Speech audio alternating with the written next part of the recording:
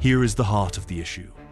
Labour MPs are becoming more and more cynical, more hypocritical. In the general election campaign, Labour leadership promised that if we won, we would step in and save the Grangemouth Refinery, retain those jobs and invest in its future. 6 months later, this hasn't happened yet. Right, let's not beat around the bush here. Keir Starmer made a whole load of promises during the election campaign. He told us he'd fix things, save working-class jobs, protect the people, and secure a brighter future for this country. Fast forward 6 months, and what do we have? A complete failure to deliver. He's broken almost every promise, tossing them into the wind as though they meant nothing, treating the British public like disposable pawns in his political game. And the worst part? It's not just us he's letting down. Frankly, I never bought into his spiel. But now even members of his own party are starting to realize he's not keeping his word. Yes, you heard that right.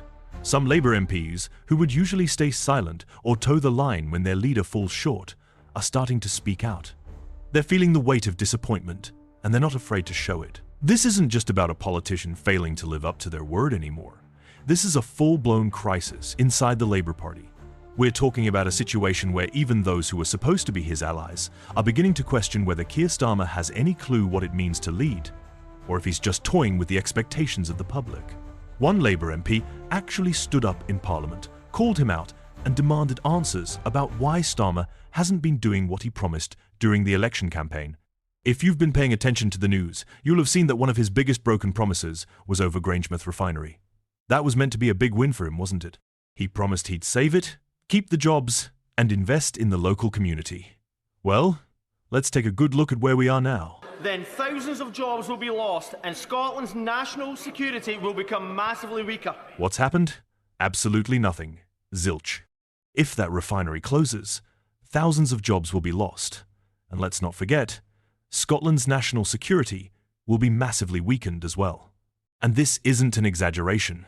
The lack of action is putting the lives of Scottish people at risk, as well as our own. And now, look at us. We've got a government in power that should, at the very least, be able to step in, save jobs, and protect the citizens of this country. But what do we get instead? Nothing. No action. No response. And the worst part?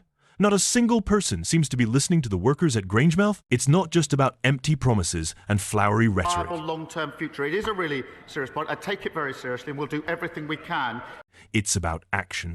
Real, concrete action. And that's something this government doesn't seem to grasp. They're sweeping this under the carpet like it's no big deal, when it's a situation that demands leadership, commitment, and above all accountability. So, what does the Prime Minister do? Absolutely nothing. No clear plans, no real solutions. All we get are a string of half-baked excuses. It gets worse. Before July, the government had no plan whatsoever. None.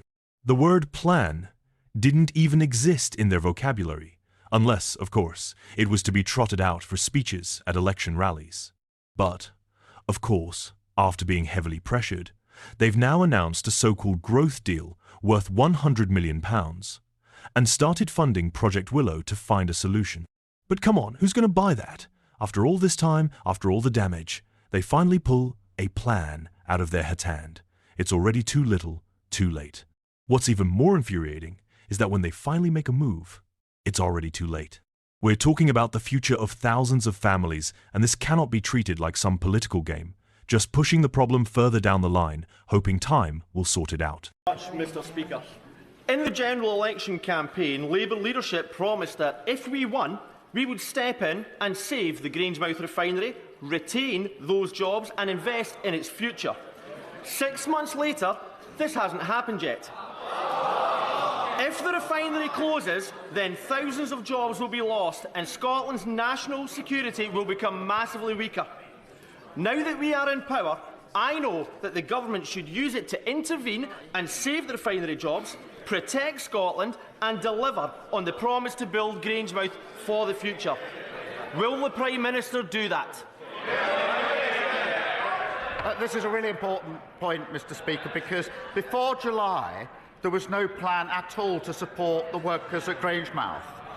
Within weeks, and importantly, we announced a £100 million deal for a growth deal, and we're jointly funding Project Willow to find a viable long-term future. It is a really serious point. I take it very seriously, and we'll do everything we can to make sure that viable long-term future is there for the workers, for their communities, and all that rely on it. Here is the heart of the issue.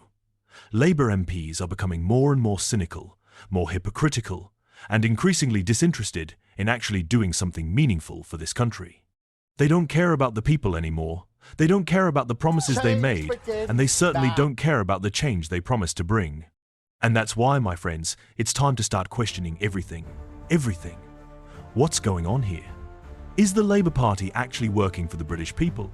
Or are they just serving their own political interests? I honestly feel like we're being played, manipulated on a scale we can't even fully comprehend. Give this video a like if you agree that Keir Starmer no longer has the ability to run the country.